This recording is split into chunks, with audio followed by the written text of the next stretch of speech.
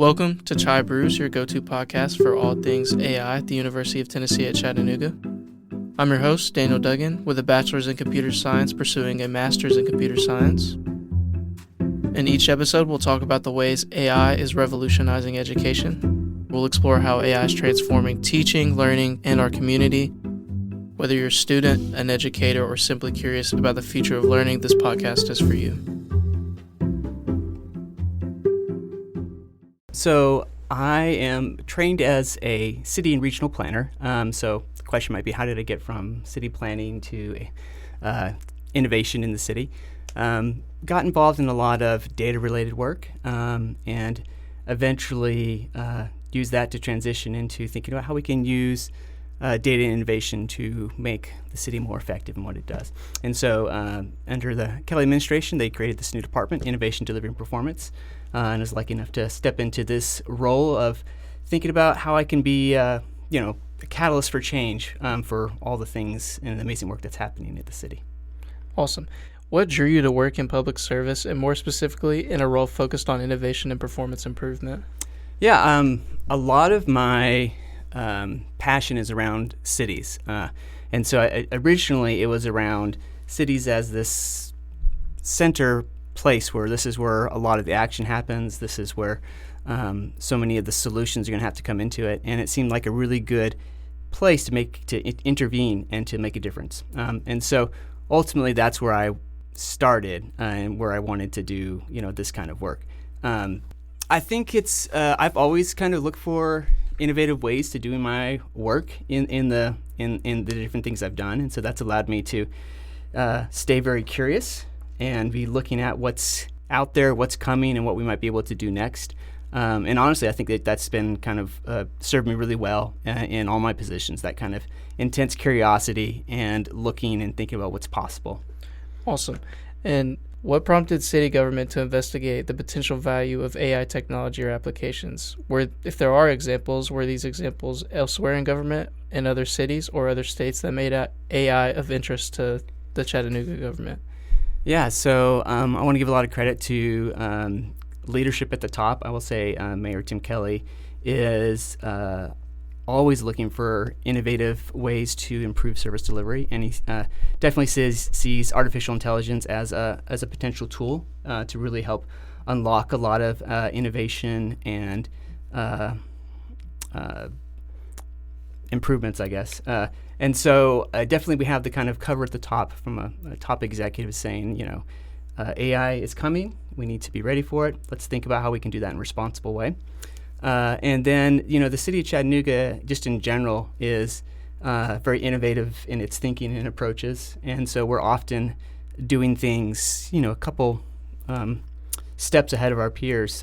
So we saw that, AI is definitely coming, the ChatGPT moment of people realizing, that there's this thing called AI, and they can start to see how it might impact our lives. We said we should be thinking about what we can do to leverage that and how we can do that responsibly. So we've joined several groups, like there's something called the Gov AI Coalition, which is, I think, maybe more than 200 local jurisdictions now have joined together and said, how can we collectively think about this and support each other as we're all going down the same path and trying to figure out how to use AI. So we're definitely trying to learn from our peers and borrow policies or case studies or all kinds of different things. So I think that's part of your question, but I think you're asking more about like specific use cases as well? Yeah, if any at all. Yeah, so I would say we're very much in the experimentation phase of thinking about like how we might be able to use these tools responsibly. So I think that might be, are there specific, very kind of specific applications and use cases? Like we use some of our innovation funds to purchase a little bit of a beefier computer workstation so that we can actually start to run some of these open source models and become more fluent in the language of AI and AI models. And we're actually using that as an experiment to test a automated pothole detector, right? So if you think about potholes, we fill a ton of those, but we might not fill the one that is outside your house, Right. But the city goes by your house, with a police cruiser or a garbage truck or something like that. So, the question is, how might we actually begin to use those vehicles that are already operating on our streets as like detectors of potholes. And so that's not working in operations right now, but it's like something we're experimenting with and kind of trying out and getting a sense for, is this possible or not? So that's like, a lot of our stances are kind of keeping it inside city walls right now, not really pushing it out, really trying to understand these tools and the limitations and also what it can do well before we think about kind of releasing it more broadly. Awesome. And based on what you're saying, it seems like, again, that Chattanooga is a very forward-thinking city. So would you like to talk about how you guys addressed AI when it came out, and now that we're a couple years into it being as popular and people knowing more about it now, would you like to talk about how you also addressed maybe the public about AI use and how you guys may be implementing it, whether it's safety for the city in general or whatever else? Yeah, so we are leveraging a lot of that work of the GovAg Coalition to actually build out our policy and review framework for AI.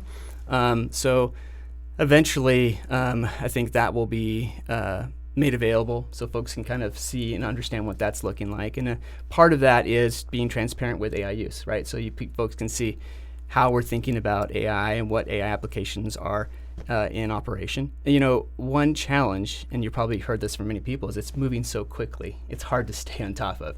We're doing our very best, but it seems that every vendor is coming out with, hey, we have this new AI add-on or this new AI functionality. And so we're really trying to think about how we can stay on top of that and not get overwhelmed by it all.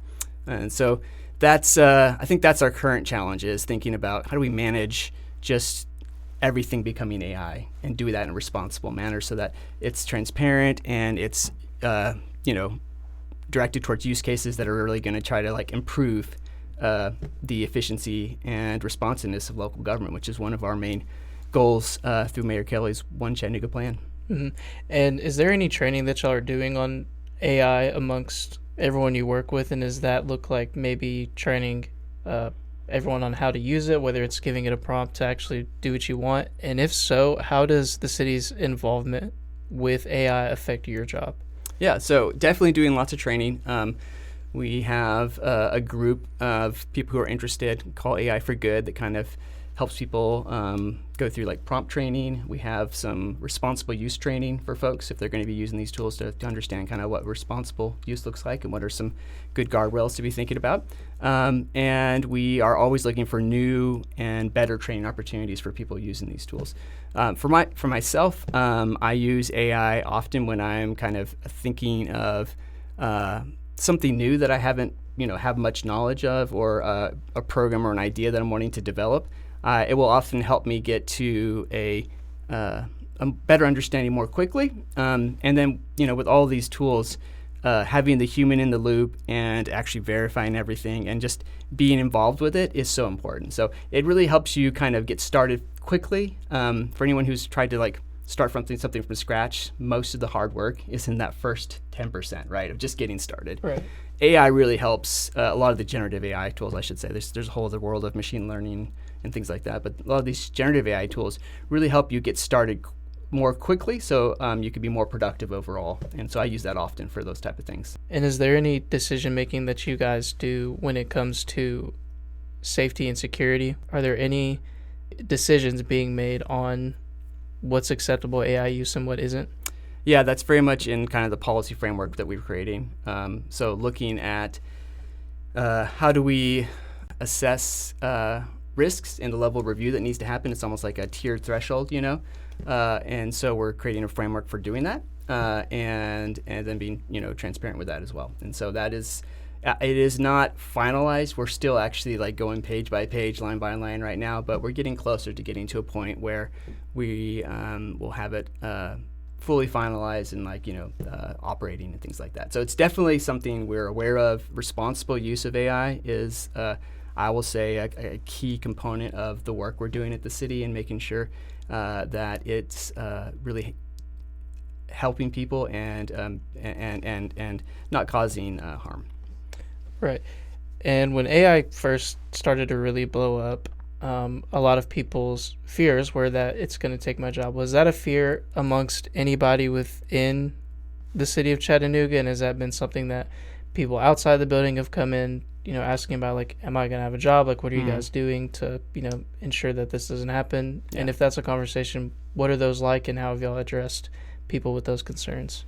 Yeah, we haven't heard a lot of it, but I know those concerns are going to be out there.